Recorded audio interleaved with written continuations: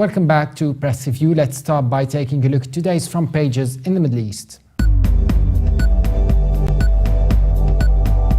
Starting with the Jerusalem Post, which leads reporting that Prime Minister Benjamin Netanyahu has said that Hamas abducted the 3 missing teenagers as the IDF issued a limited call-up to its reservists to intensify the army's operations against the terrorist group.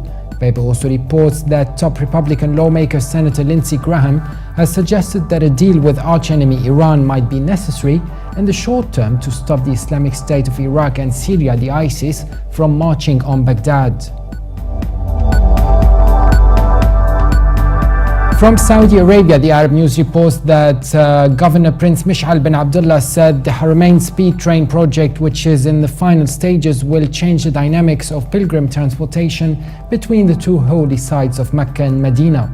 The paper also reports that a study conducted by the Riyadh Chamber of Commerce and Industry has called for reducing the Saudization rate in the gold and jewelry sector from 100 to 50%, to save the industry from further losses and protect the interest of investors.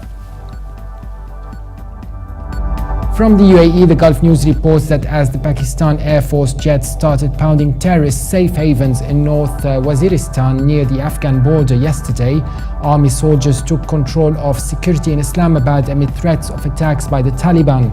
The paper also reports that Casey Kasem, the internationally famous radio broadcaster and one of the most prominent Arab Americans who became the king of the top 40 countdown with a syndicated show that ran for decades, died yesterday aged 82. From Beirut, the Daily Star reports that Interior Minister Nuhad al-Mashnou said that the Future Movement and the Free Patriotic Movement were in agreement on the work mechanism of the cabinet in light of a presidential void.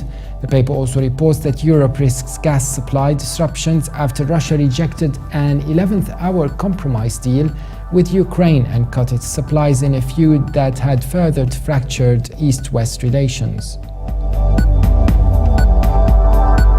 The Egypt Independent reports that Cairo Criminal Court is to resume the trial of toppled President Mohamed Morsi and another 35 suspects affiliated to the Muslim Brotherhood over accusations of spying for Hamas.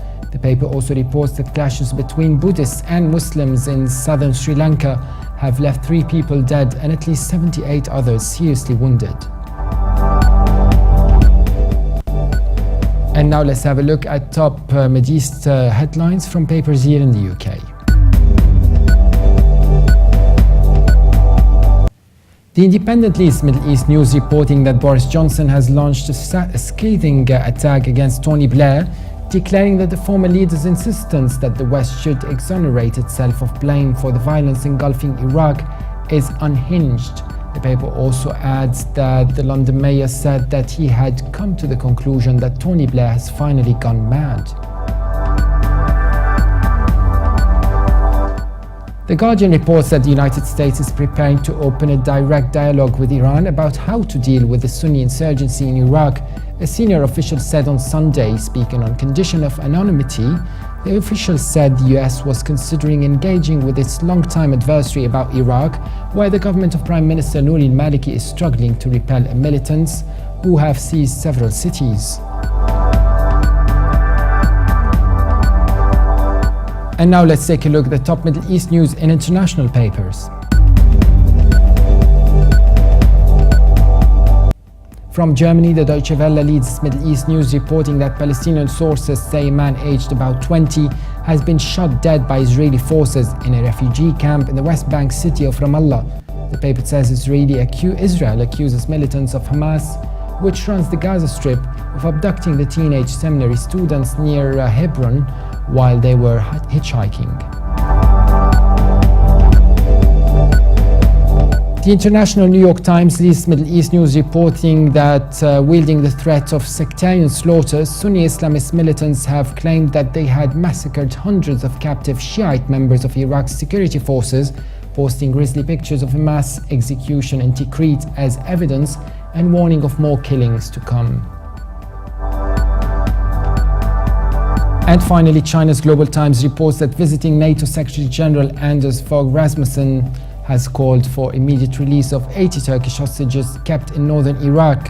The paper adds that NATO is following the dangerous developments in Iraq with concern, Rasmussen said, noting that he condemned the Islamic militants' attack against the Turkish consulate general in the northern city in Iraq, al-Mosul. For more updates, please visit Levant.tv.